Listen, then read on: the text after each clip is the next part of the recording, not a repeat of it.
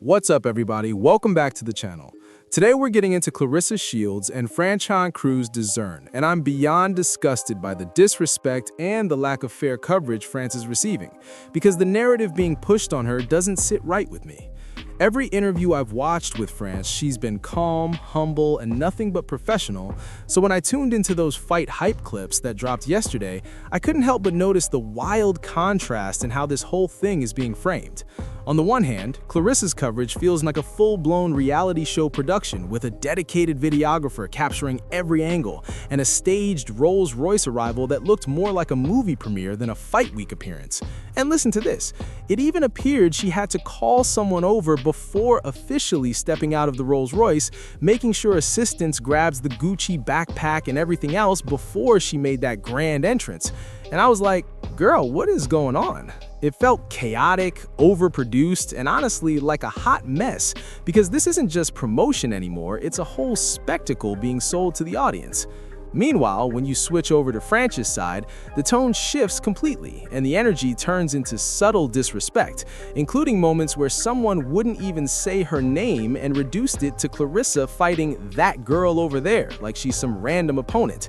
That right there is why I keep saying this fight is being treated like it's an invisible competition, like Claressa is the only person stepping into that ring, while France is just an afterthought, and that's wild to me.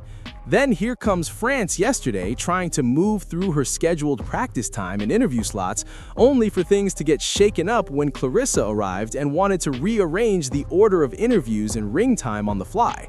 The staff at the facility were basically explaining that switching things around would delay setups by 15 to 20 minutes for media and photos, but somehow France's allotted time ended up being cut short to accommodate those changes, and I was shocked they even left that detail in the coverage. And while all this is happening, France is telling reporters she considers the venue like a second home, reminding everyone she's designed outfits for both herself and Claressa, and that they once had a genuine friendship. And through all of it, she's still choosing to stay composed and professional, which says more than any staged entrance ever could. She's out here staying professional, keeping her focus, and doing everything she can to make sure fans actually show up on Sunday and support the fight. She's pushing the event, encouraging people to buy tickets, and making sure the moment gets the attention it deserves. But somehow, it feels like forces behind the scenes are working against her momentum. And listen to this. Here's the real smoking gun that changed everything. Do you want to know what exposed the whole situation? Apparently, Franchon Cruz's Discern had no idea the ring she'd be fighting in was going to be a completely different size than what she's used to. From what's being said, the ring will be smaller than her usual setup, which instantly raises questions about fairness. So now you have to ask, is this intentional? Is this strategic? Or is this just another coincidence that somehow benefits Claressa Shields? Like seriously, why change something as fundamental as ring size when fighters train based on standard dimensions? Why shrink the space instead of keeping it consistent with what professionals normally compete in? I'm telling you right now, none of this is making sense. I've never seen such obvious manipulation happening in plain sight while everyone just pretends it's normal. But the moment you question it, suddenly you're labeled the villain, the hater, or the one causing problems. They'll say you're bullying, harassing, or stirring drama, when in reality you're just asking the questions nobody else wants to touch. So let's be real. Why does it feel like the fight is being controlled before the first punch is even thrown? Why does it look like the entire narrative and presentation are being shaped to favor one side? And listen, nobody is denying Claressa's greatness, her Olympic gold medals, and everything she's accomplished in boxing history. But that still doesn't excuse the lack of visibility and respect being shown toward Franchon, and that part is extremely disappointing. It's frustrating to watch this unfold when both fighters deserve equal spotlight. And I'm telling you now, if Franchon pulls off the upset, it will shake the entire boxing world. If she walks in there and wins despite all of this, the conversation afterward will be explosive.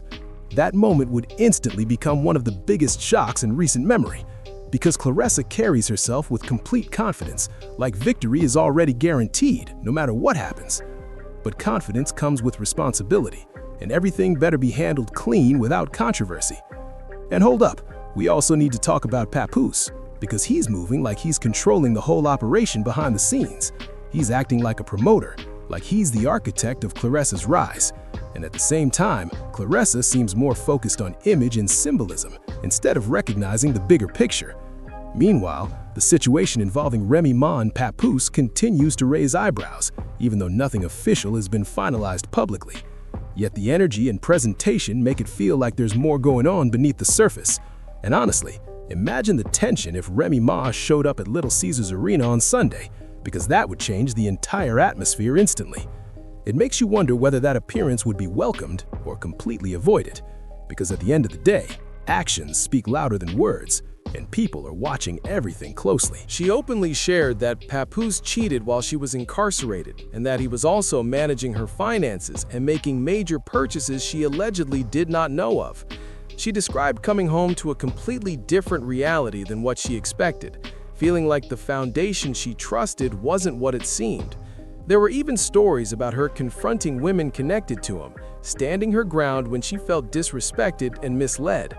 And for those saying, well, nobody came forward publicly, you have to understand how different the landscape was back then.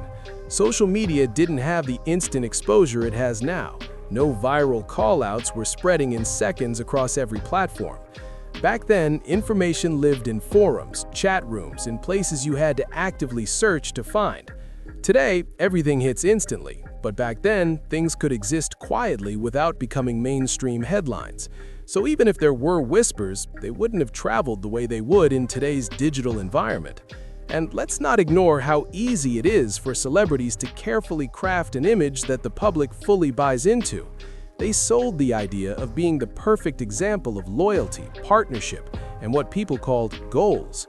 But later, Remy revealed she played a major role in supporting and elevating his platform behind the scenes. She was investing in the vision, helping build the brand, and holding things together publicly and privately. When you're married and protecting an image, sometimes you present strength even when things aren't equal behind closed doors. And people assumed he had unstoppable momentum, even though the public response to his music didn't always reflect that perception. The news to hear him suggest he played a major role in her success added another layer to the conversation, because from what we've seen, Remy has proven her strength and relevance on her own terms, without needing anyone to validate her legacy. It's wild how many people assume that if something wasn't viral, it must not have existed. But we're talking about events from a completely different era, when silence was easier to maintain. If someone was being compensated or taken care of privately, there'd be little reason for them to expose anything publicly, especially when staying quiet meant avoiding harassment, scrutiny, and becoming a permanent headline. Just look at how Claressa Shields is being pulled into controversy simply for being connected to a complicated situation. That alone shows why others might choose to stay anonymous instead of stepping forward.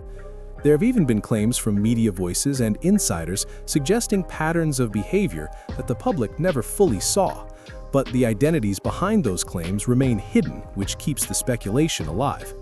And right now, Claressa's visibility and influence bring more attention to Papoose than he's had in years. So from a strategic standpoint, it raises the question of why he would highlight anything that doesn't benefit his image or momentum. Back then, access to Remy's resources may have helped sustain a lifestyle he couldn't maintain alone. And if others were benefiting quietly, they'd have no incentive to disrupt that arrangement. So in the end, silence can sometimes protect everyone involved more than the truth ever could.